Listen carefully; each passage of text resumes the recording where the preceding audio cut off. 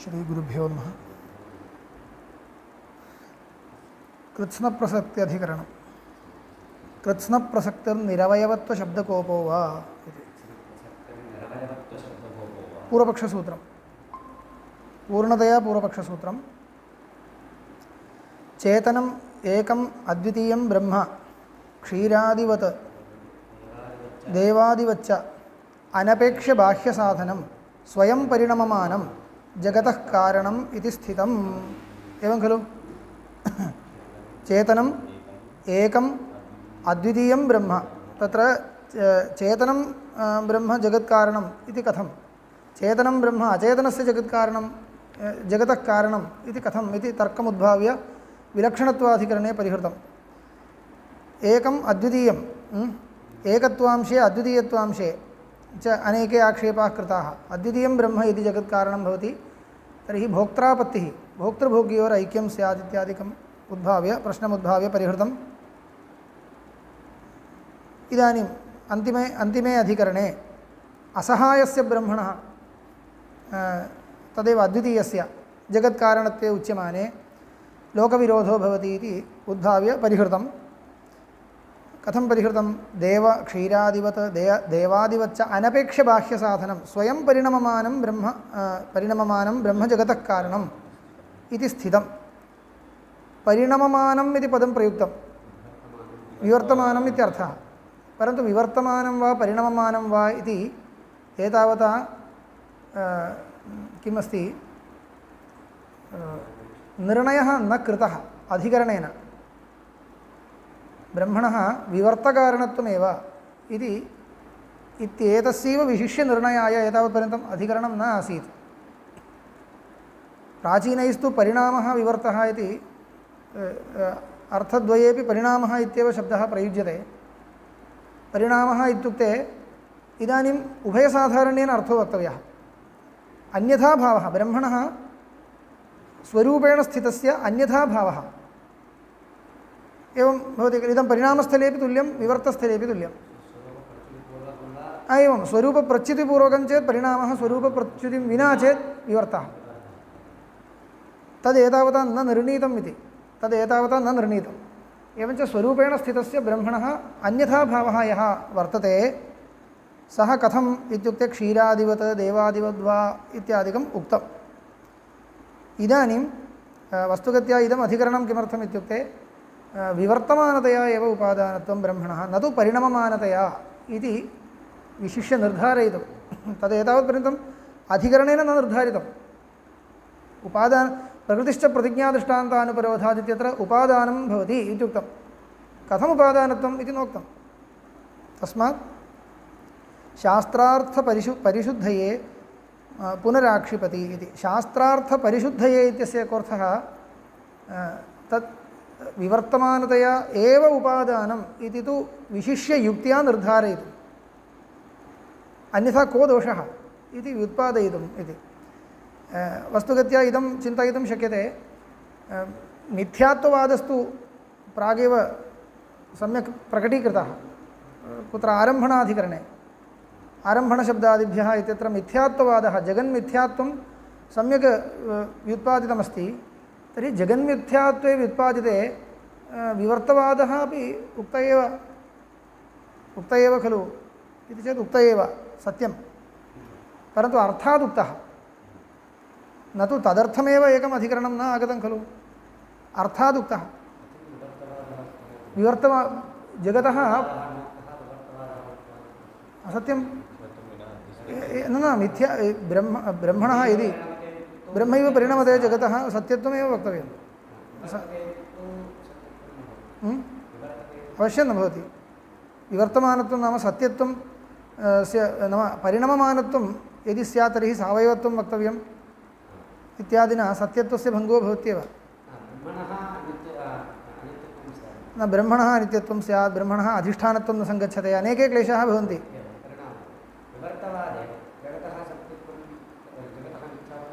विवर्तवादे ब्रह्मणः एवम् आयाति ब्रह्म एवं वक्तव्यं।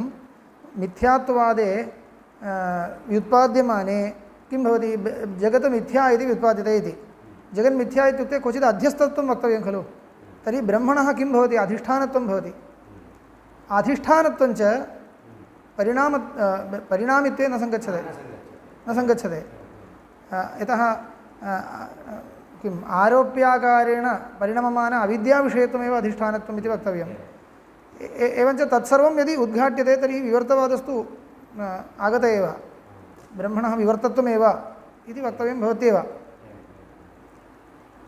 तस्मात् अर्थात् जगन्मिथ्यात्व निरूपणेन ब्रह्म तु विवर्तकारणम् इति तु उक्तप्रायं परन्तु तत् विशिष्य तद् न निर्णीतम् आम् एवं ब्रह्मण एव आगच्छति एवं तच्च उपादानत्वं न भवितुं शक्यते इति सर्वं ज्ञातमेव अस्माभिः तथापि तद् व्युत्पादनाय अधिकरणम् इति एवं रीतिः पूर्वमपि अस्ति यथा पश्यतु जन्माद्यस्य यतः इत्यत्रापि जन्मनः ब्रह्मणः अभिन्ननिमित्तोपादानकारणत्वमेव उक्तप्रायं तथापि विशिष्य उपादानत्वं व्युत्पादयितुम् अधिकरणान्तरम् आगतं खलु प्रकृतिश्च प्रतिज्ञादृष्टान्तानुपरोधादिति तद्वदिदं चिन्तनीयम् एवञ्च अन्यथा शास्त्रार्थनिष्कर्षो न भवति इति कृत्वा शास्त्रार्थनिष्कर्षार्थं शास्त्रार्थपरिशुद्धये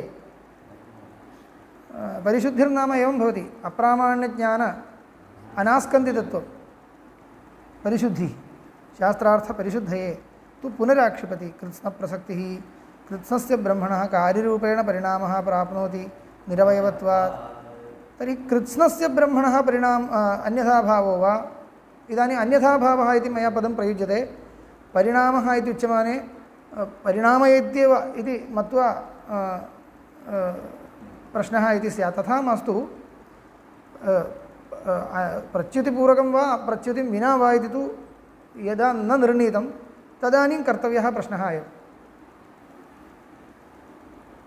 कदाचित् पूर्वपक्षी स्वस्वरूपप्रच्युतिम् आदाय एव पृच्छति इत्येव चिन्त्यतां क्लेशो नास्ति परन्तु एवं संशयप्रदर्शनीयः ब्रह्मणः यः अन्यथाभावः उक्तः नाम अस्तुगत्या अस्माभिः एतावत्पर्यन्तं ब्रह्मणः परिणममानत्वमेव इति उक्तम् इति न विवर्तमानत्वं वा परिणममानत्वं वा इति न निष्कर्षो न कृतः तावदेव एवम् अभिप्रायः वर्तते सः सम्यक् न उद्घाटितः तस्मात् पृच्छति सः अन्यथाभावः कृत्स्नस्य ब्रह्मणः कार्यरूपेण परिणामो वा उत एकदेशस्य वा इति प्रश्नः कथं भवन्तः एव कल्पयन्तु कृत्स्नस्य चेत् किं भवति कृत्स्नं ब्रह्म जगदाकारेण परिणतं तर्हि शुद्धं ब्रह्म नावशिष्यते इति स्यात् तथा न एकदेशेनैव ब्रह्म जगदाकारेण परिणतम् इत्युच्यमाने ब्रह्मणः कोऽयम् एकदेशो नाम इति प्रष्टव्यं यदि वस्तुगत्या एकदेशः इति उच्यते तर्हि सावयवत्वप्रसङ्गः तेन अनित्यत्वप्रसङ्गः इति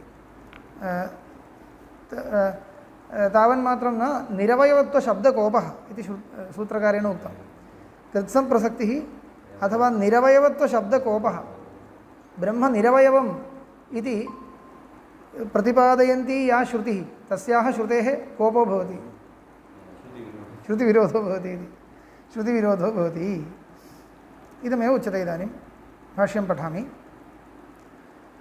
शास्त्रार्थपरिशुद्धये तु पुनराक्षिपति कृत्स्नप्रसक्तिः कृत्स्नस्य ब्रह्मणः कार्यरूपेण परिणामः प्राप्नोति निरवयवत्वात् कृत्स्नस्य ब्रह्मणः कार्यरूपेण परिणामः प्राप्नुयात् निरवयवत्वात् कोऽर्थः निरवयवं वस्तु पश्यतु निरवयवं वस्तु अन्यथा भवति इत्युक्ते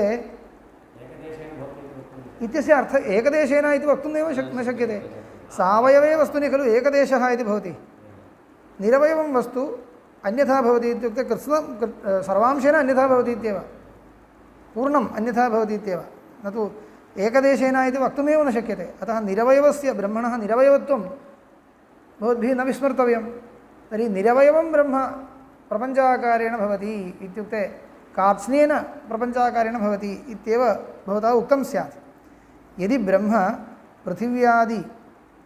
पृथिव्यादिवत् सावयवम् अभविष्यत् ततः अस्य एकदेशः परिणम्स्यत् एकदेशश्च अवस्थास्यत् लृङ् प्रयोगः सर्वत्र एवं खलु यदि पृथिवीवत् ब्रह्म इति किञ्चित् सावयवं वस्तु स्यात् तर्हि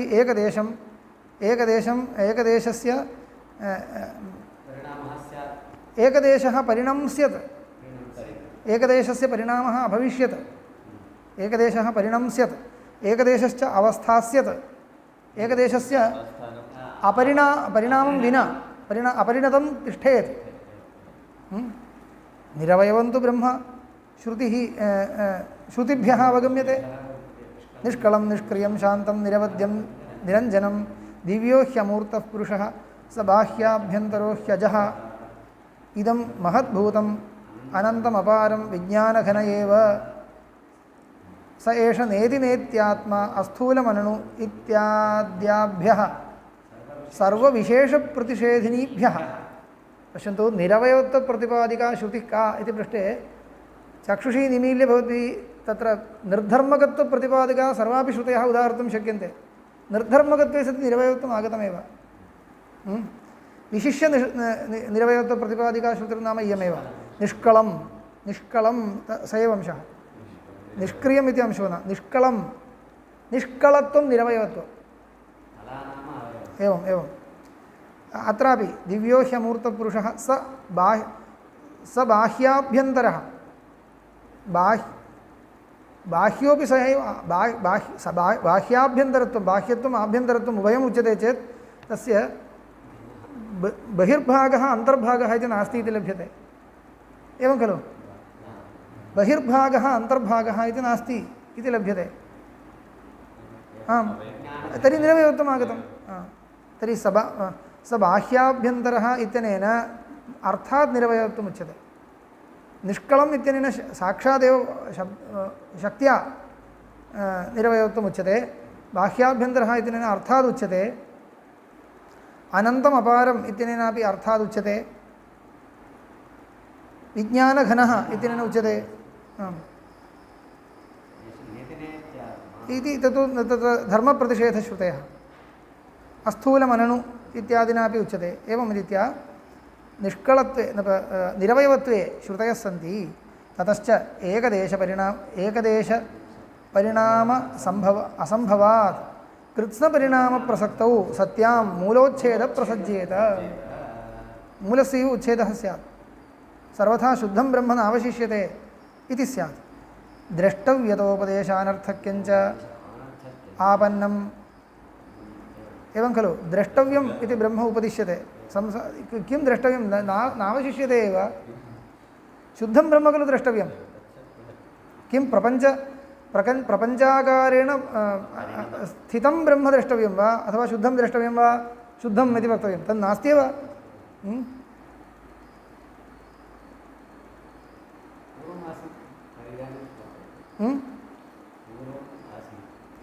पूर्वमासीत् इदानीं द्रष्टव्यमिति उच्यते किं दृष्ट्वा किं प्रयोजनं तत्र सत्यं भवदुक्तरीत्या पूर्वमासीत् तत् एवम् आसीत् इति द्रष्टव्यम् इति श्रुतेरभिप्रायः स्यात् तर्हि स्वात्मस्वरूपाभेदेन द्रष्टव्यम् इति निरूपयितुं न शक्यते यतः स्वात्मस्वरूपम् इदानीं विद्यमानम् आत्मस्वरूपं ब्रह्मैव इति खलु द्रष्टव्यं शुद्धं ब्रह्म द्रष्टव्यं इत्यस्य अयमेव खलु अर्थः शुद्धं ब्रह्म इति किमपि अस्ति तद् द्रष्टव्यम् एवमर्थो न एवमर्थो नास्ति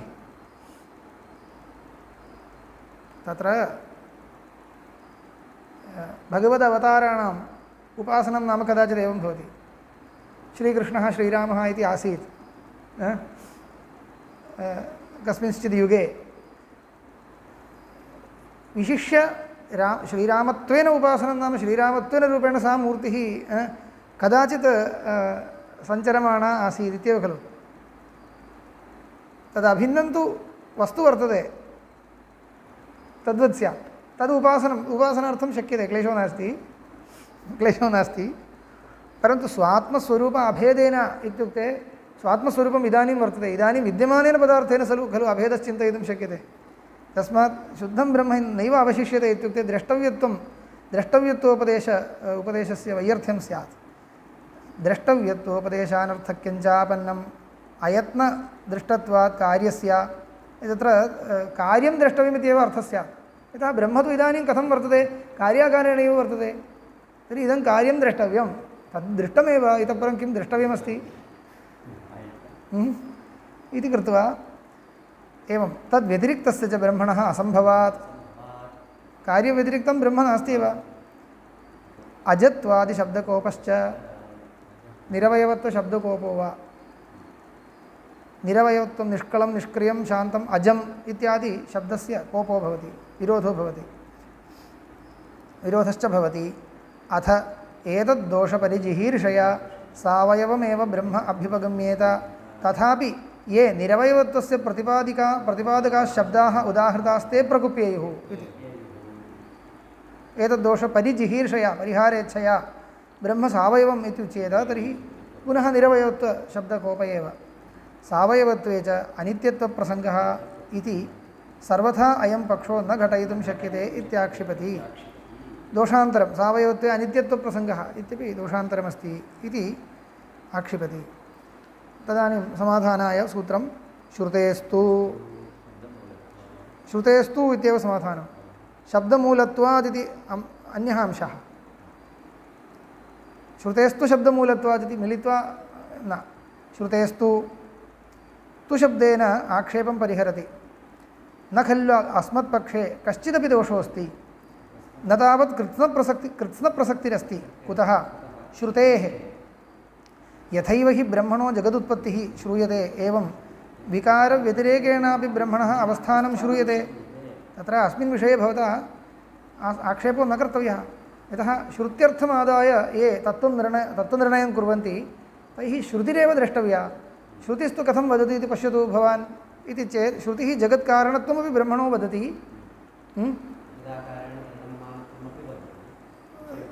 जगदा एवं जगद्व्यतिरेकेण ब्रह्मणः अवस्थानं च वदति।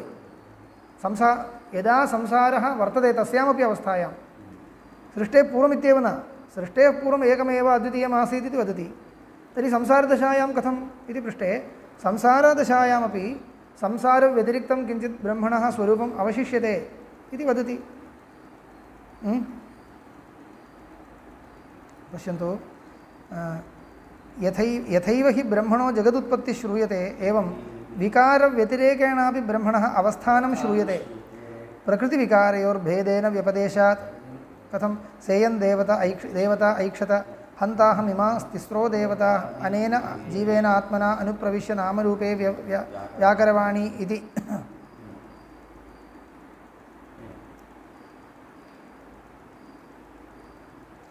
तावानस्य महिमा ततोऽज्यायांश्च पुरुषः पादोस्य सर्वाभूतानि त्रिपादस्य अमृतं दिवि। अत्र स्पष्टं, द्वितीयवाक्ये स्पष्टं, यतः तावानस्य महिमा ततोऽज्यायांश्च पुरुषः आसीत् न, इदानीमपि अस्ति।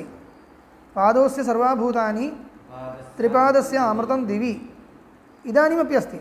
अस्य संसार असम्बद्धं किञ्चित् स्वरूपं वर्तते इति वदति खलु। एवम् अत्रापि सेयन् देवता ऐक्षत हन्ताहमिमास्तिस्रो देवता अनेन जीवेन आत्मना अनुप्रविश्य नामरूपे व्याकरवाणी। तर्हि जीवेन आत्मना अनुप्रविश्यैव मम नामरूपव्याकर्तृत्वमस्ति। तर्हि जीवेन आत्मना अनुप्रविश्य कः अहम् इत्यस्ति खलु। तत्र अर्थात् किम् अवगम्यते?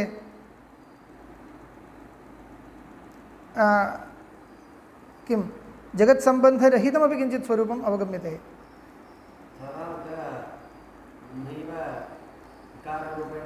प्रकृतिविकारयोर्भेदेन व्यपदेशात् प्रकृतिपदार्थः देवतात्वेन रूपेण उक्तः, विकृतिपदार्थः अन्येन रूपेण उक्तः इति कृत्वा तावदेव।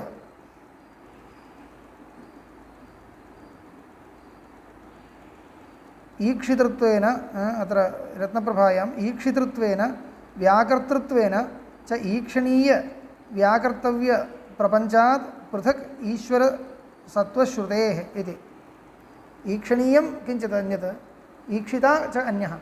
एवं च ईक्षितृत्वेन ईक्षितव्यत्वेन च अनयोर्भेदः ज्ञायते।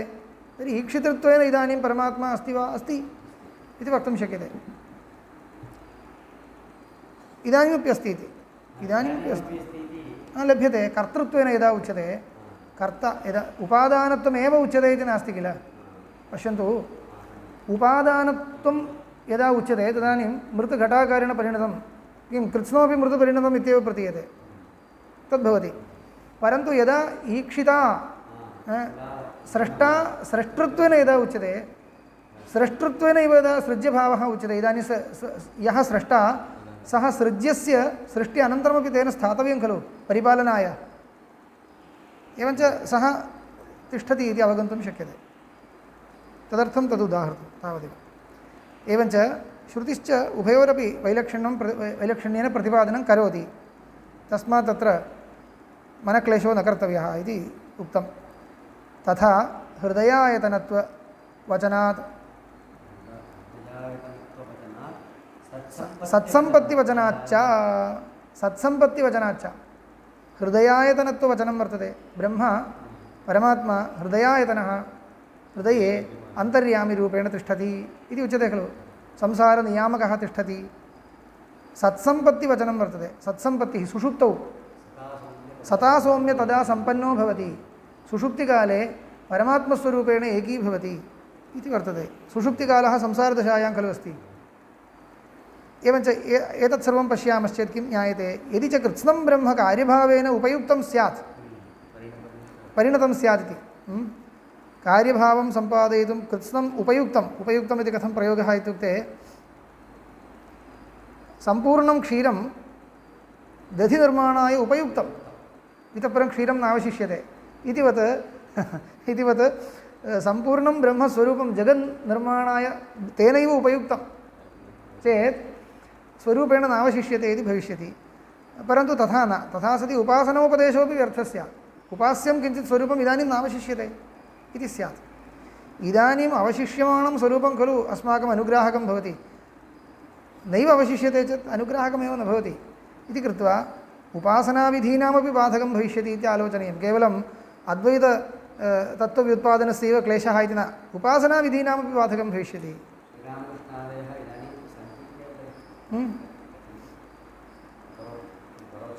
सत्कार्यवादस्वीकारेण वक्तुं शक्यते नो चेत् नापेक्ष्यते स्थूलरूपेण किमर्थम् अपेक्ष्यते नापेक्ष्यते तत् किं भवति मायामयं रूपं खलु मायामयं रूपं भक्तानुग्रहार्थं भगवता प्रदर्श्यते तच्च यदा अन्यैः सह चक्षुर्वेद्यरूपेण सञ्चरति तत्काले अस्माभिः अवतारकालः इत्युच्यते तदानीं किं भवति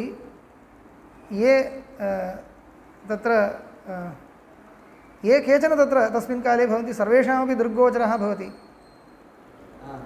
तद् मायामयं रूपं ये केचन तस्मिन् काले भवन्ति दुष्टाः वा शिष्टाः वा योग्याः वा अयोग्याः वा सर्वेपि तत् दृष्टिगोचरं भवितुमर्हति अन्यस्मिन् काले तु तत् विशिष्ट उपासकानामेव दृष्टिगोचरं भवति अन्येषां न भवति तावदेव तदिदानीं वर्तते वा इत्युक्ते वर्तते वा न वा इति शङ्का भवतां न आवश्यकी वर्ततां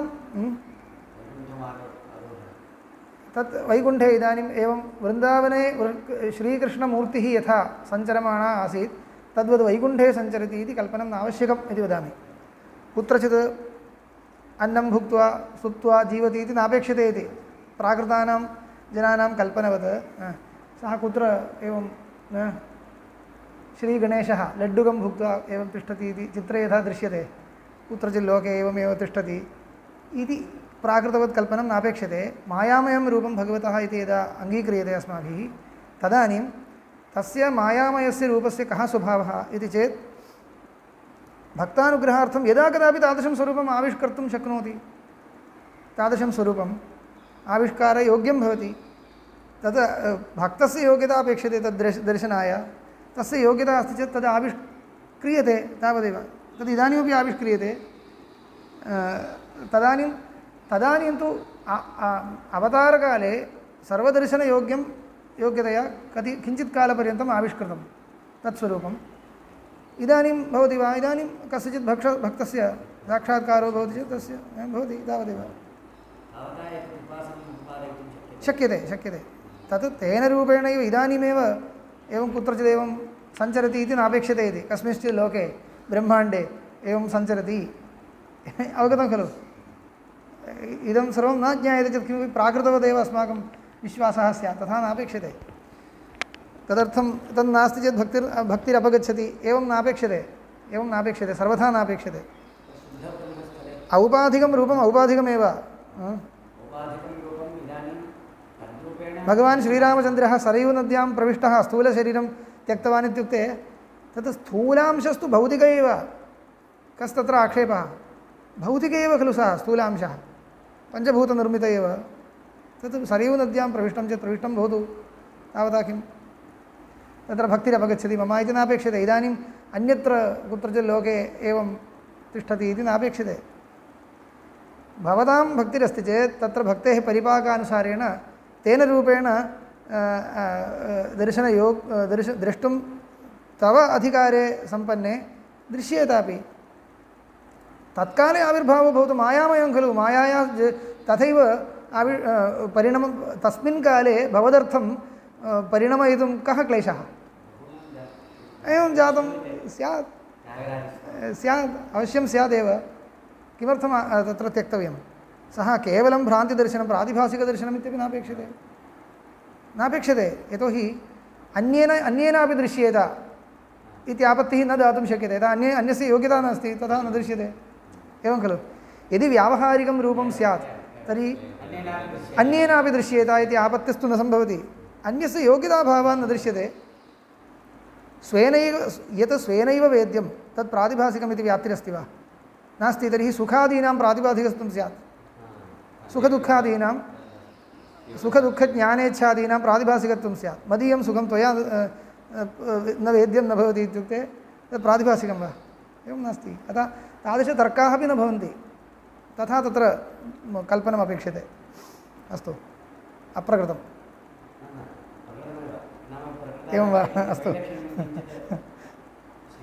अस्तु अस्तु समीचीनं सता सौम्य तदा सम्पन्नो भवति इति सुषुप्तिगतं विशेषणम् अनुपपन्नं स्यात् एवं स्वेन रूपेण यदि न तिष्ठेत् अतः किं भवति ये उपाधयः भगवता प्रदर्शिताः भक्तानुग्रहार्थं मायामयाः ते तादृश उपाधिविशिष्टरूपेणैव इदानीं तथैव उद्भूतरूपं तिष्ठति इति नापेक्षते तन्नापेक्षते परमात्मा येन रूपेण जगन्नियन्ता भवति तेन रूपेण तिष्ठति इति अपेक्षते तदस्ति चेत् पर्याप्तं तत् श्रुत्या उक्तं परमात्मनः जगन्नियन्तृत्वं विशिष्य श्रीकृष्णरूपेण वा श्रीरामरूपेण वा परमेश्वररूपेण वा गणेशरूपेण एवं नापेक्षते खलु तद् नियतम् अवच्छेदकं वा तथा किमपि नास्ति तद् भक्तानुग्रहार्थं भक्तसन्तोषाय आविष्क्रियमाणं रूपमित्येव तत्र किम् अन्तर्यामितावच्छेदकं रूपं न स्पष्टं खलु अन्तर्यामिता तेन रूपेणैव अवच्छिन्ना इति तर्हि विनिगमनाविरोहो भवति किं श्रीरामरूपेण अवच्छिन्ना वा श्रीकृष्णरूपेण वा इत्यत्र विनिगमनाविरोहो भवति नापेक्षते भक्तस्य कल्पनाय कदाचित् कश्चित् भक्तः मम श्रीरामरूपेणैव मम अन्तर्यामी वर्तते इति कल्पनमस्ति चेत् तस्य कृते तथा आविष्कारो भवेत् तावदेव तद् नियतम् अवच्छेदकं न एवञ्च येन रूपेण यत् अवच्छेदकं नियतं तेन रूपेण अवतिष्ठते इति अस्ति चेत् उपासनं तु सफलं भविष्यति विकृतेन ब्रह्मणा नित्यं सम्पन्नत्वात् अविकृतस्य च ब्रह्मणः अभावात् विकृतेन ब्रह्मणा नित्यं सम्पन्नत्वात्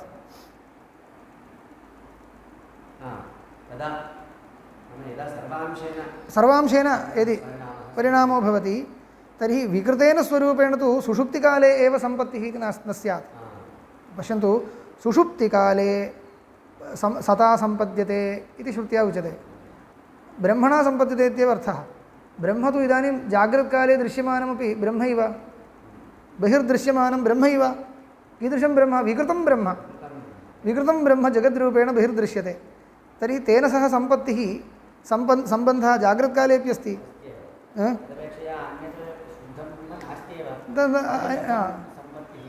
तदा इति अर्थं स्यात् तदा सुषुप्तिकाले तथा सुषुप्तिकाले सदा सम्पत्तिर्भवति इति किमर्थं वक्तव्यं जाग्रत्कालेपि विकृतेन ब्रह्मणा सम्पत्तिरस्त्येव तर्हि सुषुप्तिकाले सम्पत्तिः इति कथम् उच्यते अविकृतेन ब्रह्मणा सम्पत्तिः इत्यर्थः तदा एव सुषुप्तिकाले एव इत्यस्य अर्थः कः जाग्रत्प्रपञ्चस्य यदा तिरोधानं बाह्याध्यासनिवृत्तौ सत्यामेव परमात्मलाभः इति सुषुप्तिदशासु अस्मान् सूचयति तदर्थमेव सुषुप्तिम् उदाहरन्ति शास्त्रेषु इति विकृतेन ब्रह्मणा नित्यं सम्पन्नत्वात् अविकृतस्य च ब्रह्मणः अभावात् तथा इन्द्रियगोचरत्वप्रतिषेधात् ब्रह्मणो विकारस्य च इन्द्रियगोचरत्वोपपत्तेः इन्द्रियगोचरत्वं ब्रह्मणः प्रतिषिध्यते यदि विकृतं ब्रह्म एव अत्र वर्तते तर्हि विकृतस्य ब्रह्मणः इन्द्रियगोचरत्वम् अस्ति एव विकृतं ब्रह्म नाम जगदेव खलु तस्य इन्द्रियगोचरत्वम् अस्ति तर्हि संसारदशायामपि ब्रह्म वर्तते तद् इन्द्रियगोचरं न इति श्रुत्या उच्यते तर्हि संसारदशायां विद्यमानं यद् ब्रह्म तत् स्वेन रूपेण इन्द्रिय अगोचरम् इति खलु वक्तव्यं तस्मात् अविकृतं ब्रह्म संसारदशायामपि अस्ति इति अर्थात् लभ्यते तस्मात् अस्ति अविकृतं ब्रह्म न च निरवयवत्वशब्दकोपः अस्ति तर्हि निरवयवत्वशब्दस्य उपपत्तिः कथम् इति इदानीं तर्हि किं कः सिद्धान्तः भवता स्वीकृतः इत्युक्ते कृत्स्नस्य ब्रह्मणः जगद्भावेन आविष्कारो नास्ति इति पक्षः भवता स्वीकृतः दृश्यते तर्हि एकदेशस्यैव इति आगतम् एकदेशः कथम् एकदेशो नाम कः एकदेशस्य एकदेशाङ्गीकारे निरवयवत्वशब्दकोपो भवति किल इति शङ्का न च निरवयवत्वशब्दकोपोऽस्ति समाधानमुच्यते श्रूयमाणत्वादेव निरवयवत्वस्य अपि अभ्युपगम्यत्वात् तत्र निरवयवत्वम् अपि अभ्युपगन्तव्यं तदपि श्रुत्या उच्यते खलु भवान् कथं यत् परिणतं एकदेशेन परिणामः यत्र यत्र तत्र सावयवत्वं परिणममानस्य वस्तुनः सावयवत्वम् इति भवदीयस्तर्कः खलु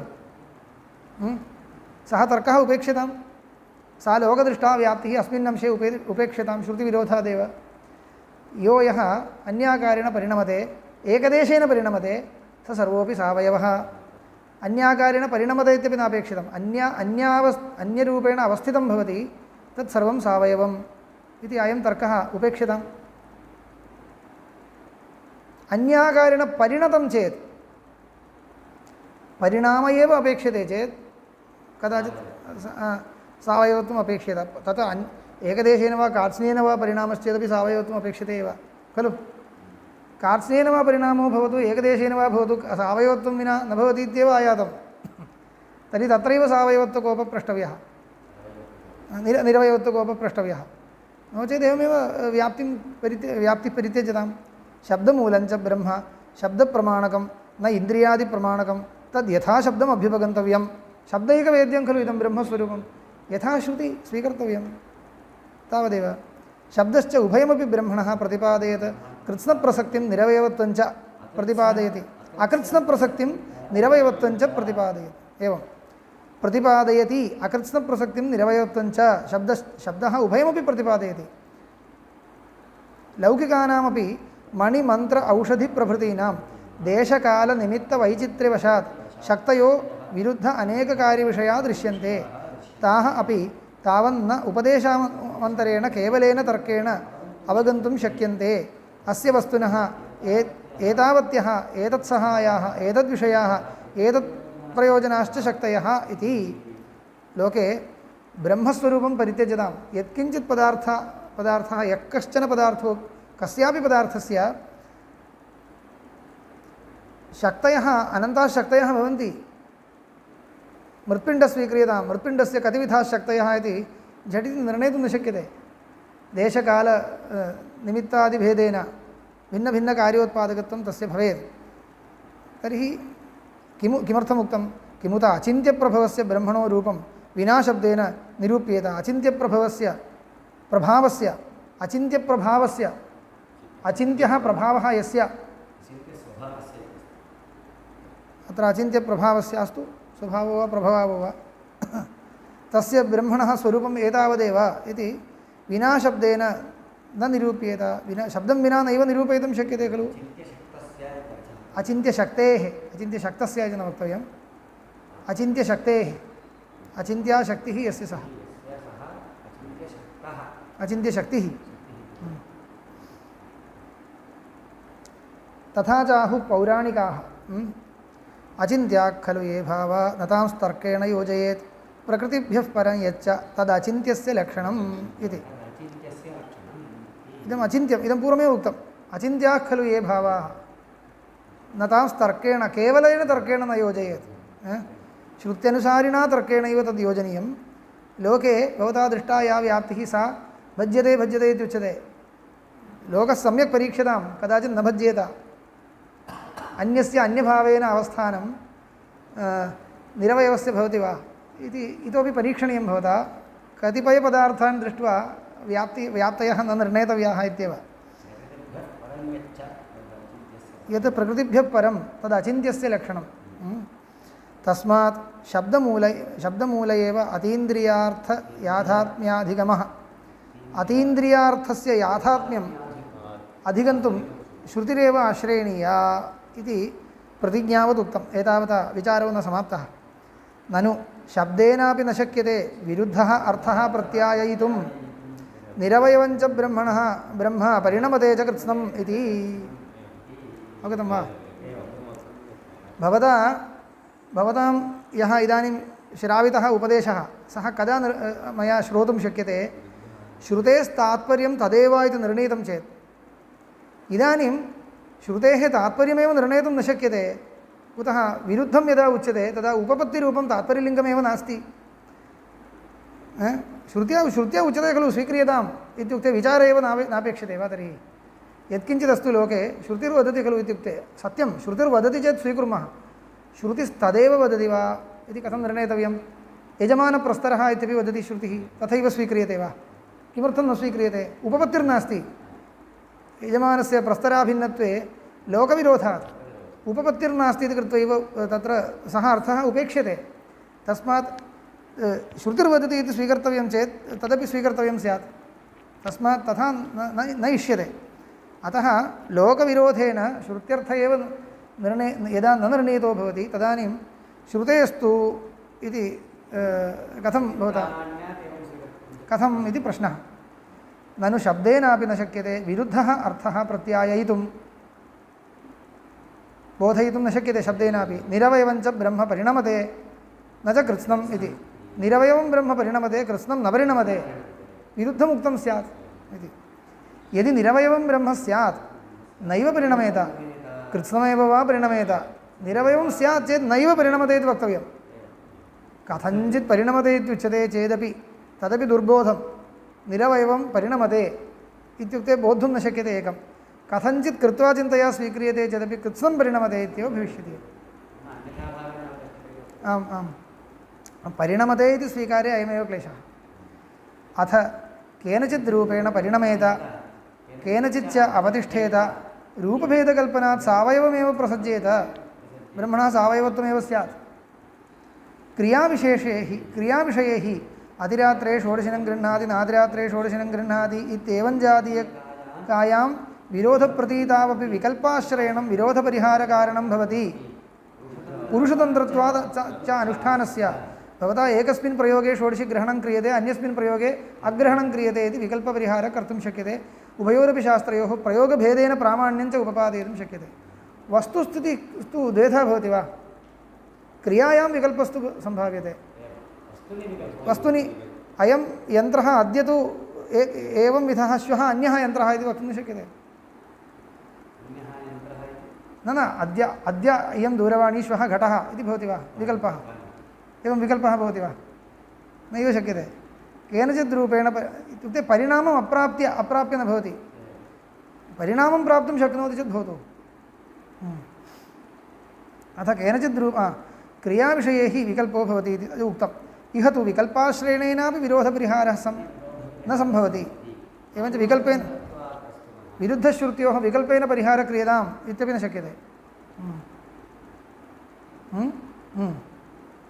अपुरुषतन्त्रत्वात्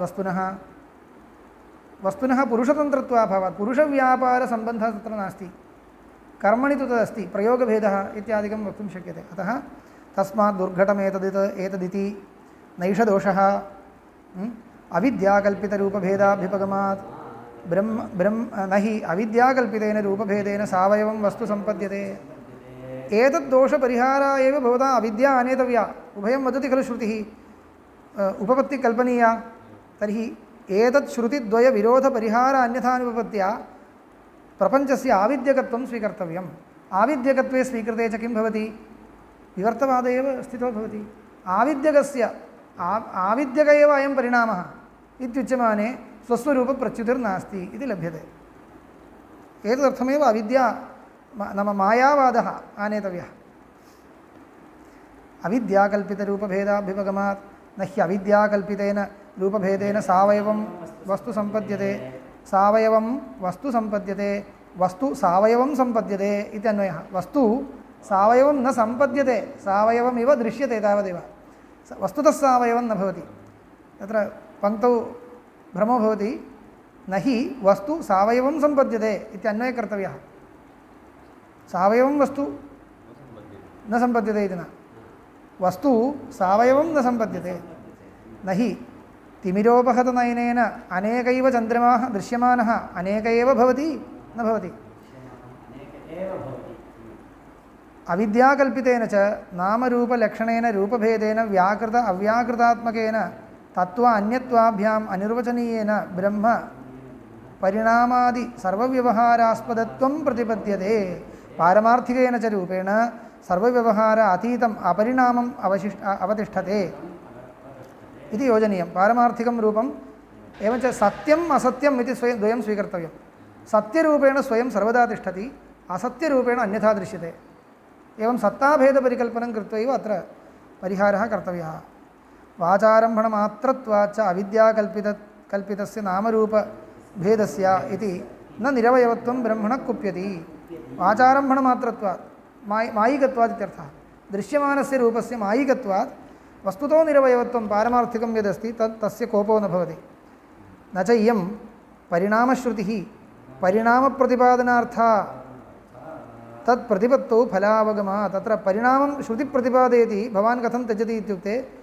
वाचा तत्र यथा वाचारं किं सौम्य एकेन मृत्पिण्डेन इत्युच्यते खलु तत्र किं दृष्टान्ते परिणामस्थलं दृष्टमिति कृत्वा दार्ष्टान्तिकेपि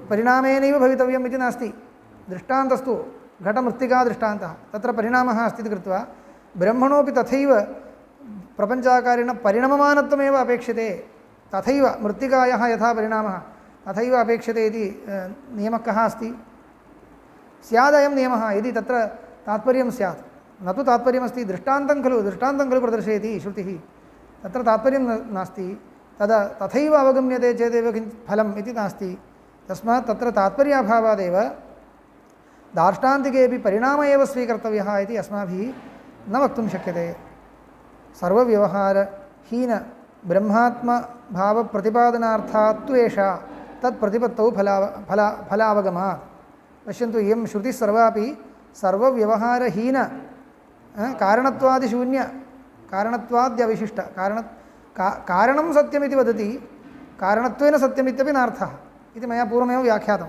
तथा च शुद्धं स्वरूपं परमार्थसत्यम् इति वक्तुमेव सर्वोप्ययम् उपक्रमः इति कृत्वा तद् अवगमे एव फलं मोक्षाख्यं फलम् उक्तम् इति कृत्वा अन्यत् सर्वं तत् प्रतिपत्त्यर्थम् उक्तमित्येव इति कृत्वा तत्र यथा दृष्टं तथैव कल्पनीयम् इति नास्ति एष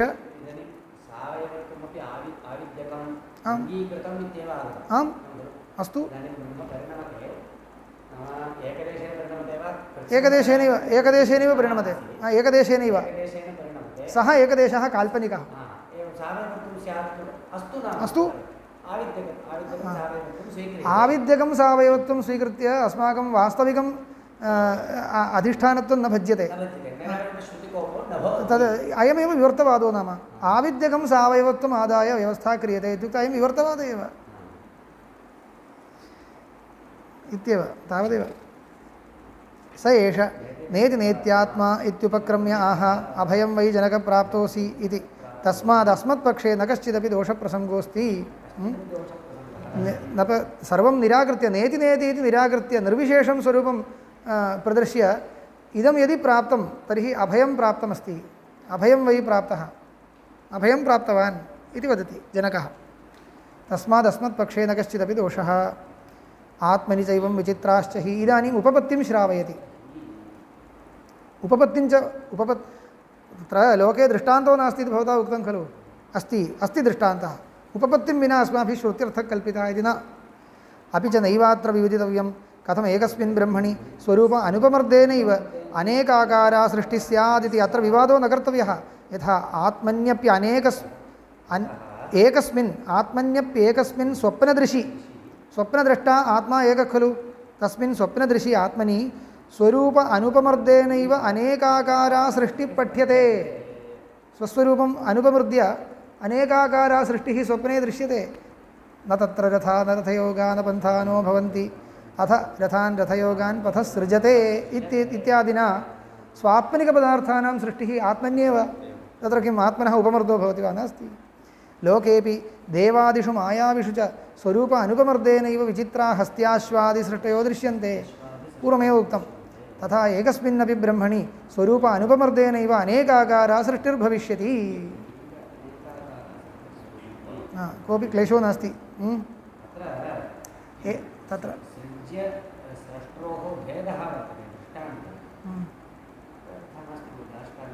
भेदो वर्तते नाम काल्पनिक एव भेदः स्वप्नद्रष्टा एव खलु अनेकभावेन तत्र अवतिष्ठते अन्यथा कथम् एवम्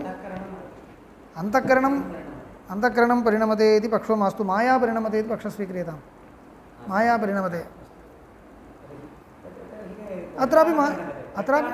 अत्रापि माया एव परिणमते माया परिणाममेव तत्र स्वरूपे आरोप्यते इति एकदेशेन इत्यस्य कोऽर्थः मायाकृत एकदेशे एव स्वस्य कोऽपि एकदेशः अस्ति वा मायाम् आदाय एकदेशः इति कल्प्यते माया इदमेव मायावच्छिन्नं ब्रह्म कारणम् इत्युक्ते किं मायावच्छिन्नः कश्चन प्रदेशः अस्ति वा मायावच्छिन्नोपि प्रदेशः अस्ति काल्पनिकः मायिक एव यथा घटावच्छिन्नः आकाशः इत्युक्ते आकाशे कः प्रदेशः यः घटः आकाशस्य अवच्छेदं कर्तुम् आगच्छति स एव घटः आकाशस्य प्रदेशो नाम अन्यः किम् अन्यः कः प्रदेशः आकाशस्य इदमेव एतादृशं कल्पनं कर्तव्यमेव शास्त्रकारैः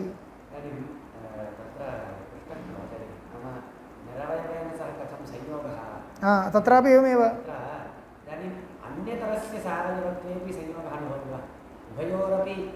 अत्र मायायाः सावयव असत्त्वम् अस्तु सम्यगेव भवता पृच्छ्यते अन्यतरस्य सावयवत्वेपि संयोगो भवति वा भवति सोऽपि वास्तविको मुख्यः संयोगो न वक्तुं शक्यते यतोहि मुख्यः संयोगः नाम द्वयोरपि सावयवत्वे एव द्वयोरपि सावयवत्वे वा इति अवश्यम् अङ्गीकर्तव्यं नैयायिकस्तु तत्र सम्यक् विवेचनं न करोति तावदेव बालानां सम्मोहो भवति तावदेव उच्यते तावदेव मुख्यः न सः संयोगः वैलक्षण्यं तु अस्ति तेनापि अङ्गीकर्तव्यं घटपटयोः संयोगवन् न सः अवश्यं वैलक्षण्यं तु अस्ति एव घटाकाशसंयोगो नाम आकाशेन सह संयोगो नाम केनचित् प्रदेशविशेषेण खलु संयोगः वक्तव्यः सः कः प्रदेशविशेषो नाम येन घटेन संयुनक्ति आकाशः तस्य घटस्य प्रदेशमादाय आकाशस्य एकं प्रदेशं प्रकल्प्य एवमेव खलु बुद्धौ चिन्त्यताम् अन्यथा घटाकाशसंयोगः किञ्चित् चिन्त्यताम् एवमेव चिन्तनं भवति अस्माकं बुद्धौ घटः आकाशेन आकाशः इति एवं तिष्ठति एवं संयोगो वा तथा नास्ति सः नित्यसंयोगः वक्तव्यः नित्यसंयोगो नाम घटोत्पत्तिमात्रेण तस्य संयोगो भवति स्वतःसिद्धसंयोगः क्रियाजन्यसंयोगो नास्ति क्रियया वा संयोगेन वा जायमानः संयोगः स्वाभाविकसंयोगः एवं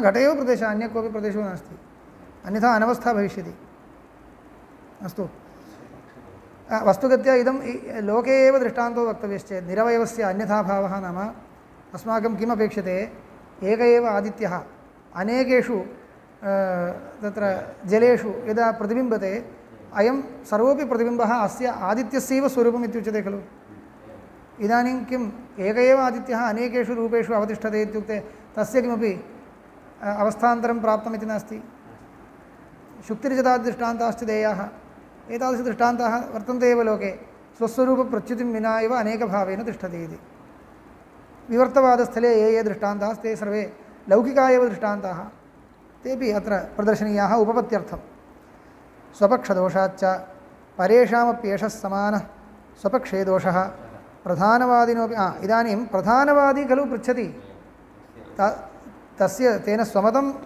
स्वस्य स्वरूपं पर्यालोचनीयं तदा कथं भवति पश्यन्तु प्रधानवादिनोपि हि निरवयवम् अपरिच्छिन्नं शब्दादिहीनं प्रधानं सावयवस्य परिच्छिन्नस्य शब्दादिमतः कार्यस्य कारणम् इति स्वपक्षः तत्रापि कृत्सम्प्रसक्तिर्निरवयवत्व मया पृच्छ्यते कृत्सं प्रपञ्चाकारेण परिणमते वा अथवा एकदेशं वा इति प्रष्टव्यं कृत्सप्रसक्तिर्निरवयवत्वात् प्रधानस्य प्राप्नोति प्रधानस्य निरवयवत्वं भवता उच्यते तर्हि कृत्सं प्रधानं जगदाकारेण परिणमते इति वक्तव्यम् आपतति प्राप्नोति निरवयवत्वाभिपगमकोपो वा अथवा प्रधानस्य निरवयवत्वं त्वया यत् सिद्धान्ते उक्तं तस्य कोपो भवति कोपो वा इदानीं तदुपरि साङ्ख्यः वदति तथा नास्ति भोः मम पक्षः भवता सम्यक् नावगतः ननु नैव निरवयवं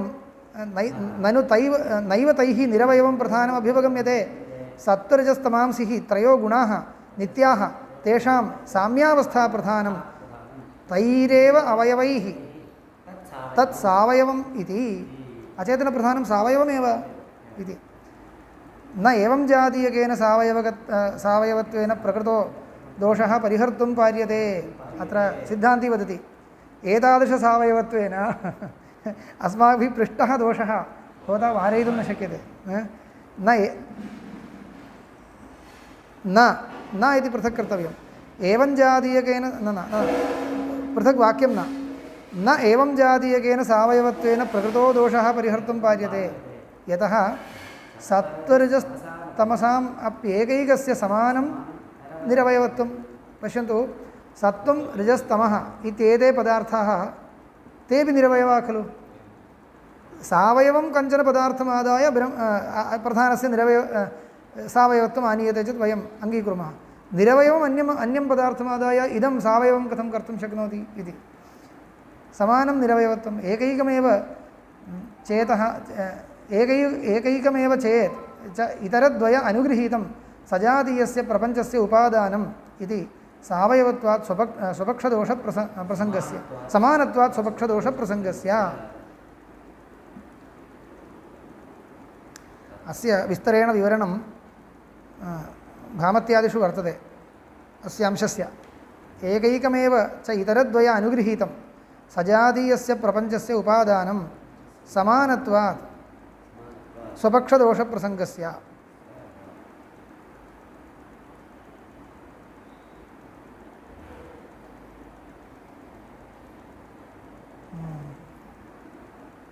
एकैकोपि गुणः इतरगुणेन अनुगृहीतः अनुगृहीतः सन् प्रपञ्चस्य उपादानम् इति वक्तव्यं भवता एवं खलु एकैकमेव च इतरद्वय अनुगृहीतं सत्त्वगुणश्चेत् रजस्तमो गुणाभ्याम् अनुगृहीतं सहकृतं सत् सजातीयस्य प्रपञ्चस्य उपादानं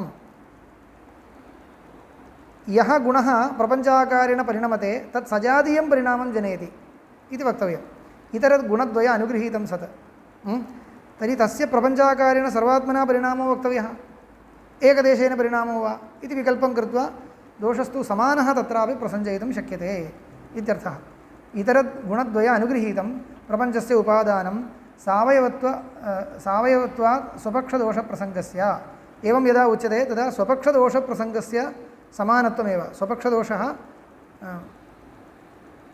स्वपक्षदोषप्रसङ्गस्य समानत्वात् वा किञ्चित् क्लेशः अस्ति तत्र पुनः दृष्ट्वा वदामि प्रपञ्चस्य उपादानमिति समानत्वात् स्वपक्षदोषप्रसङ्गस्य न तथा नास्ति भो स्वपक्षदोषप्रसङ्गस्य समानत्वात् त्वया तवापि परिहारो न भवति तावदेव स्वपक्षे स्वपक्षे विद्यमानं दोषमादाय परपक्षे प्रष्टुं शक्यते वा इति न शक्यते खलु तावदेव स्वपक्षदोषप्रसङ्गस्य समानत्वात् कथं समानत्वं पूर्वोक्तरीत्या एकैकः गुणः यदा परिणमते अथवा एकैकगुणावच्छेदेन अचेतनप्रधानं परिणमते तर्हि एकदेशः अङ्गीकृतः तेन एकदेशेन तस्य अनित्यत्वमेव भविष्यति। अथवा एकदेशो नाम कीदृशः एकदेशः सः? एकदेशो नाम निरवयवेन पदार्थेन अस्य एकदेशत्वं कथं कल्पयितुं शक्यते? न शक्यते इत्येव। यदि कल्प्यते तर्हि तस्य सावयवत्वं कल्पनीयं। गुणानां सावयवत्वं प्रकल्प्य यदि उच्यते तर्हि त्वदीयपक्षस्य भङ्गो भवति। कुतः? त्वया गुणानां सावयवत्वं न स्वीकृतं। यदि गुणानां सावयवत्वं स्वीकृतं तदानीमपि गुणपरिणमते इत्यत्र कथं? सः गुणः सर्वांशेन परिणतो वा न वा? अचेतनप्रधानं नैव परिणमते, गुण एव परिणमते, स च सावयवः इत्युच्यते चेदपि सः सर्वांशेन परिणमते वा एकदेशेन परिणमते वा इति पुनः तत्रापि प्रष्टव्यं। पृच्छ्यते चेत् उत्तरम् अत्रापि एवमेव। यदा गुणः सर्वांशेन परिणमते तर्हि गुणः स्वरूपेण न तिष्ठति इति स्यात्। एकैकोऽपि गुणः प्रपञ्चावस्थायां स्वरूपेण नैव तिष्ठति इत्येव भविष्यति। एकदेशेन परिणमते इत्युक्तौ स्वकीयपक्षस्य भङ्गः। एवं सावयवत्वम् इति अङ्गीकृतं चेत् किं भवति? नावशिष्यते इति स्यात्। सत्त्वगुणः सावयवत्वं तदा स्वपक्षदोषः कृत्सं परिणमते इत्युच्यते चेत्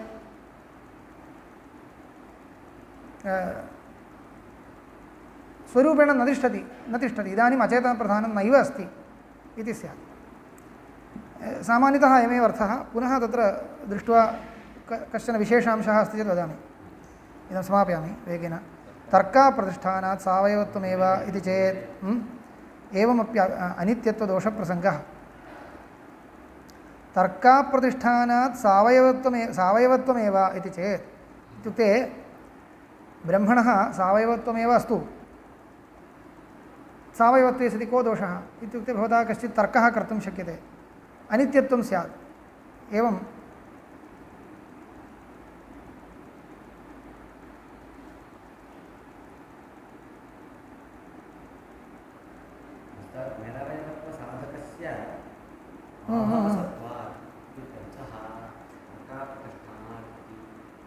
किमस्ति?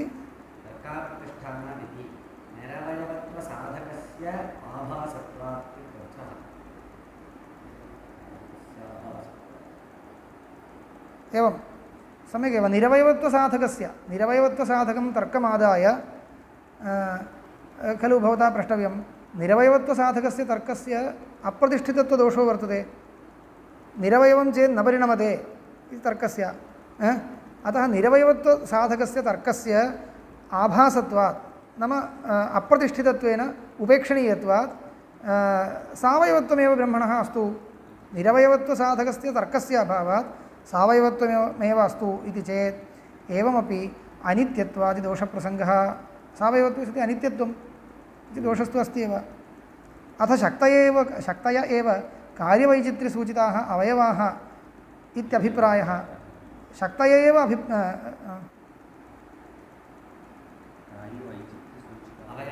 न इदं सर्वं ब्रह्मणः विषयेन, अचेतनप्रधानस्य विषये मया ब्रह्मणि आनीयते। तर्काप्रतिष्ठानन्यायः भवता उक्तः खलु, तम् एव न्यायम् आदाय अहमपि सावयवप्रधानस्य नाम अचेतनप्रधानस्य सावयवत्वं वदामि इति चेत् तदानीमपि अनित्यत्वदोषस्तु भवत्येव। निरवयवत्वपक्षम् अहं त्यजामि तावदेव। अचेतनप्रधानस्य निरवयवत्वम् इति पक्षं त्यजामि, सावयवत्वमेव स्वीकरोमि। एवं स्वीकरोति वा, स्वीकरोषि वा, तर्हि अनित्यत्वं स्यात्। तत्तु तव सर्वथा नेष्टं, तत्तु सर्वथा नेष्टं खलु। सावयवत्वं तु कदाचित् सः सहेत, अनित्यत्वं तु नेच्छति, नित्यं इच्छति। अतः क्लेशो पुनः क्लेश एव तव। अथ शक्तय एव कार्यवैचित्र्यसूचिताः अवयवाः। अचेतनप्रधानस्य अवयवाः नाम शक्तय एव भोः, अन्यत् किमपि न। तत् कार्यवैचित्र्येण अनुमीयमानाः। कार्यवैचित्र्यं दृष्ट्वा विचित्राः शक्तयः अनुमीयन्ते, ता एव अचेतनप्रधानस्य अवयवाः इति चेत् तास्तु ब्रह्मवादिनोऽपि अविशिष्टाः।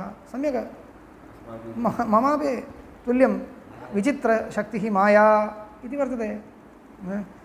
ब्रह्मवादिनोऽपि तुल्यम् अविशिष्टाः। अथ अणुवादिनोऽपि तथा अणुवादिनोऽपि अणुः अन्वन्तरेण संयुज्यमानः निरवयवत्वात् यदि कार्त्स्येन संयुज्यते ततः प्रतिमानुपपत्तेः अणुमात्रत्वप्रसङ्गः। अत एकदेशेन संयुज्येत तथापि निरवयवत्वाभ्युपगम कोपः इति स्वपक्षोऽपि स्वपक्षेऽपि समान एव एष दोषः इति स्वपक्षदोषाच्च इति सूत्रं वैशेषिकतन्त्रेऽपि योजयति वैशेषिकेणापि एवं न प्रष्टव्यम् इति कुतः वैशेषिकः यदि मां प्रति पृच्छेत् त्वां प्रत्यपि अहं पृच्छामि परमाणुद्वयसंयोगेन प्रपञ्चोत्पत्तिः इत्युच्यते परमाणुद्वयसंयोगः किम् एकदेशेन वा कार्त्स्न्येन वा कार्त्स्न्येन इत्युच्यते चेत् उत्पद्यमानस्य पदार्थस्य वैपुल्यं न स्यात् इदं सर्वांशने तत्र प्रविलीनम् इति खलु भविष्यति कार्त्स्न्येन संयोगश्चेत्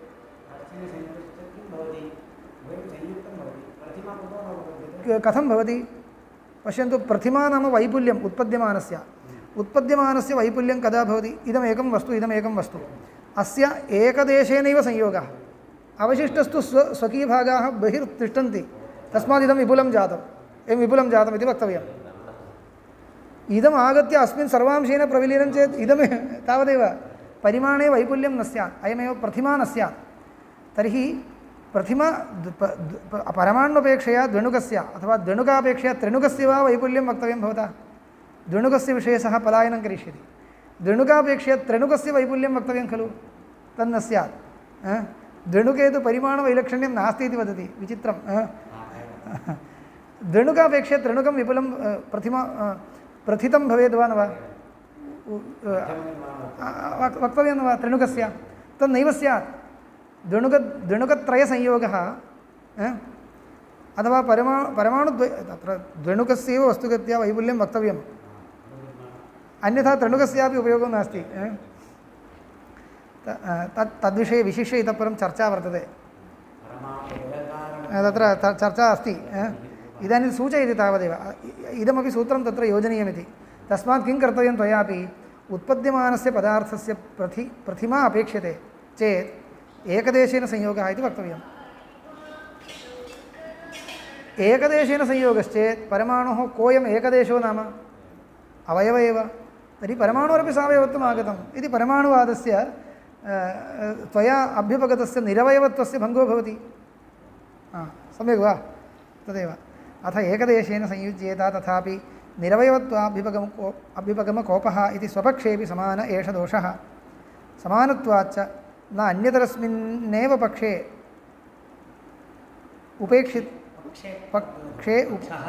पक्षः उपक्षेतव्यो भवति पक्षे इति अन्यथा लिखितम्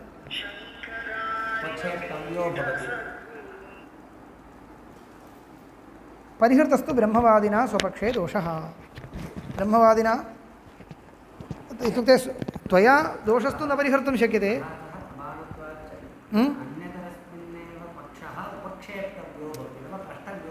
अन्यतरस्मिन्नेव पक्षे पक्षः इत्येव पक्षे इत्येव वक्तव्यम्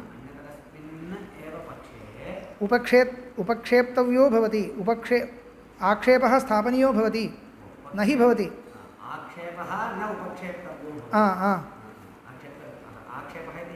कर्तव्यम् अन्यतरस्मिन् पक्षे एव आक्षेपः इति कथं भयोः समानो दोषश्चेत् अस्तु तर्हि तवापि अयं दोषः अस्ति वा इत्युक्ते मम नास्ति वस्तुगत्या मया तु परिहर्तुं शक्यते इति त्वया एव परिहर्तुं न शक्यते इति उच्यते ब्रह्मवादिना तु स्वपक्षे दोषस्तु प्रागेव मायावादमादाय अपारमार्थिकः अयं परिणामः इत्युक्त्वा परिहृतः इति अपारमार्थिकपरिणाम एव विवर्तः इति उच्यते अतः विवर्तवादो नाम एतावानेव इति ब्रह्मविवर्तः प्रपञ्चः इति समर्थितम् अनेन अधिकरणेन